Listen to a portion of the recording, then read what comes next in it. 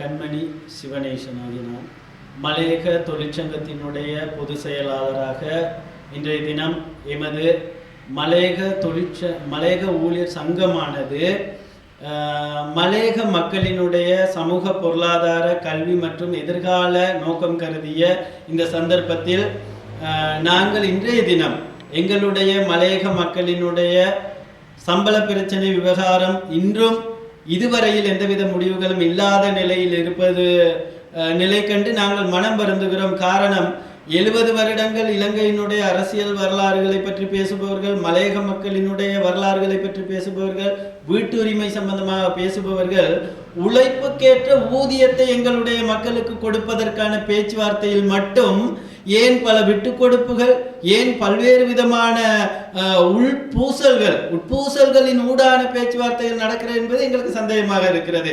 காரணம், எங்கள் எல்லோருக்கும் தெரியும், கடந்த காலங்களில் 1000 ரூபாய் சம்பள பேச்சுவார்த்தை 1350 வரையில் இப்போது வந்திருக்கின்ற இந்த சம்பள பேச்சுவார்த்தை என்பது எல்லாமே மலையக தோட்ட தொழிலாளர்களினுடைய அதி தீவிரமான போராட்டத்தின் ஊடாக கிடைத்தது என்பதுதான் உண்மை. அவர்கள் வீதிக்கு இறங்கி, எங்களுடைய தாய் தந்தையர் வீதிக்கு இறங்கி பெற்றுக்கொண்டதுதான் இந்த 1000 ரூபாய் 1350 ரூபாய் என்ற சம்பள பேச்சுவார்த்தையினுடைய வெற்றியை தவிர அதை நாங்கள் வெற்றி என்று கருதவில்லை. அது ஒரு அடைவு மட்டமே. அந்த அடைவு மட்டத்தில் இருந்து நாங்கள் உழைப்புக்கேற்ற ஊதியமாக 2000 ரூபாய்க்கு மேல் எங்களுக்கு தேவைப்படும் இந்த சந்தர்ப்பத்திலும் கூட 1700 ரூபாய் என்பது இதுவரையில் நிச்சயமான சம்பளமாக மலையக மக்களுக்கு கிடைக்கவில்லை. நாங்கள் ஒரு விடயத்தை தெரிந்து கொள்ள ஆசைப்படுகின்றோம். மலையக மக்களுக்காக 1350 ரூபாய் என்ற சம்பள பேச்சுவார்த்தையின் போது ஒரு விடயம் கம்பெனிக்காரர்களால், இந்த நிறுவனக்காரர்களால் சொல்லப்பட்டு இருக்கிறது. இந்த 1700 ரூபாய் சம்பளம் என்பது உற்பத்திக்கு ஏற்ற ஊதியம், அதுதான் 1700. அப்படியானால் உற்பத்தி குறைவாக இருக்கின்ற காலத்தில் இந்த 1700 கிடைக்காது என்பதுதான் அதனுடைய மறைபொருள் கருத்து. இதனை ஏன் எங்களுடைய தொழிற்சங்கங்கள் இதுவரையில் கேட்கவில்லை? இது தொடர்பாக ஏன் இதுவரையில் எந்த ஒரு வாதமும் நடத்தப்படவில்லை? எனவே உற்பத்தி என்பது தொழிலாளர்களினுடைய பொறுப்பு மட்டுமல்ல, உற்பத்தி என்பது கம்பெனிக்காரர்களினுடைய பொறுப்பு. மலைகளுக்கு உரம் போடுவது, மலைகளிலே காடுகளை அழிப்பதற்கு ஏற்ப வேலையாட்களை நிர்ணயிப்பது, அவர்களுக்கு சம்பளம் கொடுப்பது, மலைகளை சுத்தமாக வைத்து தேயிலையினுடைய உற்பத்தி அதிகரிக்க வேண்டும். முதலில் தேயிலை மரங்களினுடைய உற்பத்தி அதிகரிக்கின்ற பட்சத்தில் தான் தேயிலை கொழுந்து பறிக்கும் உற்பத்தி என்பது அதிகரிக்கும். ஆனால் எங்களுடைய நாட்டில் மலையக பிரதேசங்களில் திட்டமிடப்பட்டு தேயிலை நிலம் காடாக்கப்பட்டு கொண்டிருக்கிறது. இந்த தேயிலை நிலங்கள் காடாக்கப்படுவதற்காகவே கம்பெனிகள் பல இடங்களில் பல துரைமார்களை, நிர்வாக உத்தியோகத்தர்களை தீர்மானித்திருக்கிறார்கள். அவர்களுடைய வேலை எங்களுடைய மக்களினுடைய உழைப்பை சுரண்டுவது. மாறாக ஒரு பக்கத்தில் தேயிலைகளை கொஞ்சம் கொஞ்சமாக மூடிக்கொண்டு வருவது. அப்படியானால் எங்களுக்கு ஒரு சந்தேகம் வருகிறது, மலையக மக்கள் என்ற அடையாளத்தை இல்லாமல் ஆக்கப் போகிறார்களா? மலையகம் என்ற அடையாளத்துக்கான அங்கீகாரமே இந்த தேயிலை தொழில்துறை தான். இந்த தேயிலை தொழில்துறையை வளர்ப்பதனால் மலையகம் வளர்ந்து விடும் என்ற பயம் இந்த நாட்டிலே வந்திருக்கிறது. எனவேதான் மலையகத்தில் தேயிலை நிலங்கள் காடாக்கப்பட்டு அழிக்கப்பட்டு கொண்டிருக்கிறது.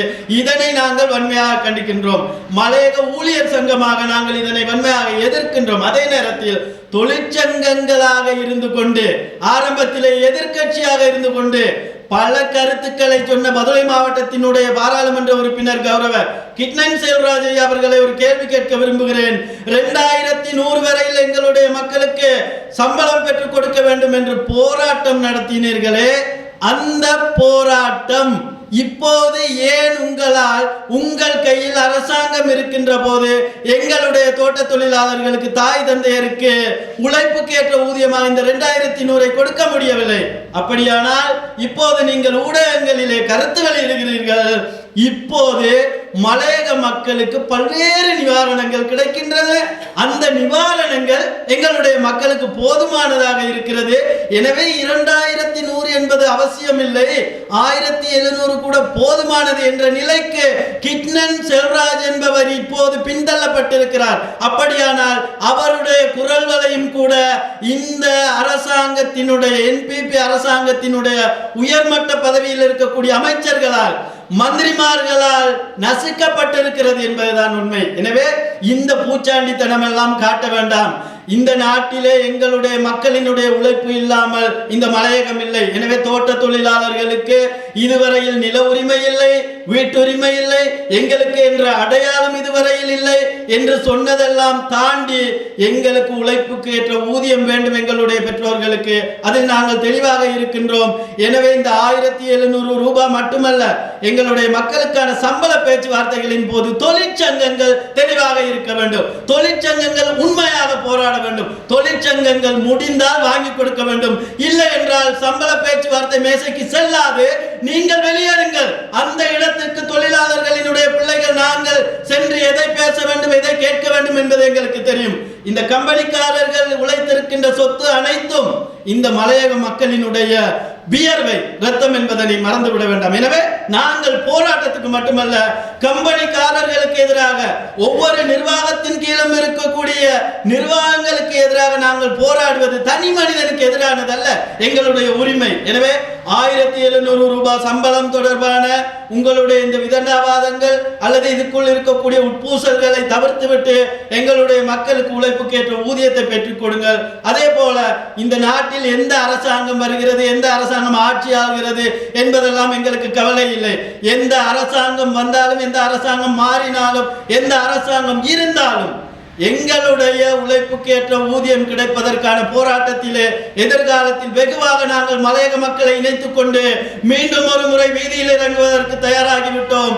உண்மையாக நீங்கள் உழைப்பீர்களே ஆனால், உண்மையாக நீங்கள் கம்பெனிக்காரர்கள் எங்களுடைய பெற்றோர்களிடம் உழைப்பை பெற வேண்டுமானால் நிச்சயமாக இந்த சம்பள பேச்சுவார்த்தையில் உங்களுடைய கோரிக்கைகளை முன்னிறுத்துவதற்கு பதிலாக எங்கள் பெற்றோர்களினுடைய கோரிக்கையை முன்னிறுத்தி பேச்சுவார்த்தையை தொடர வேண்டும் என்று தொழிற்சங்கங்களுக்கும் கம்பெனிக்காரர்களுக்கும் நாங்கள் சவால் விடுகிறோம்.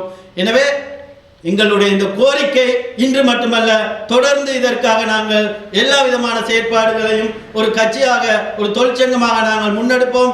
கடந்த 1.5 வருட காலங்களாக இயங்குகின்ற நாங்கள் எதிர்காலத்தில் இதனை பாரியதொரு போராட்டமாக இலங்கையிலே முன்னெடுப்பதற்கு ஆயத்தமாகவே இருக்கின்றோம். மலையக ஊழியர் சங்கத்தினுடைய தலைவர் மதிப்புக்குரிய விஸ்வநாதன் ஐயா அதுக்கு எங்களுக்கு தலைமை தாங்குவார். அதே போல கட்சியில் இருக்கக்கூடிய அனைத்து நண்பர்களும், தொழிற்சங்க ஊழியர்களும், அதே போல தலைவர்மார்களும் எங்களோடு கைகோர்த்து வீதியில் இறங்க தயாராக இருக்கிறார்கள் என்பதனை ஆணித்தரமாக கூறிக்கொள்கின்றோம்.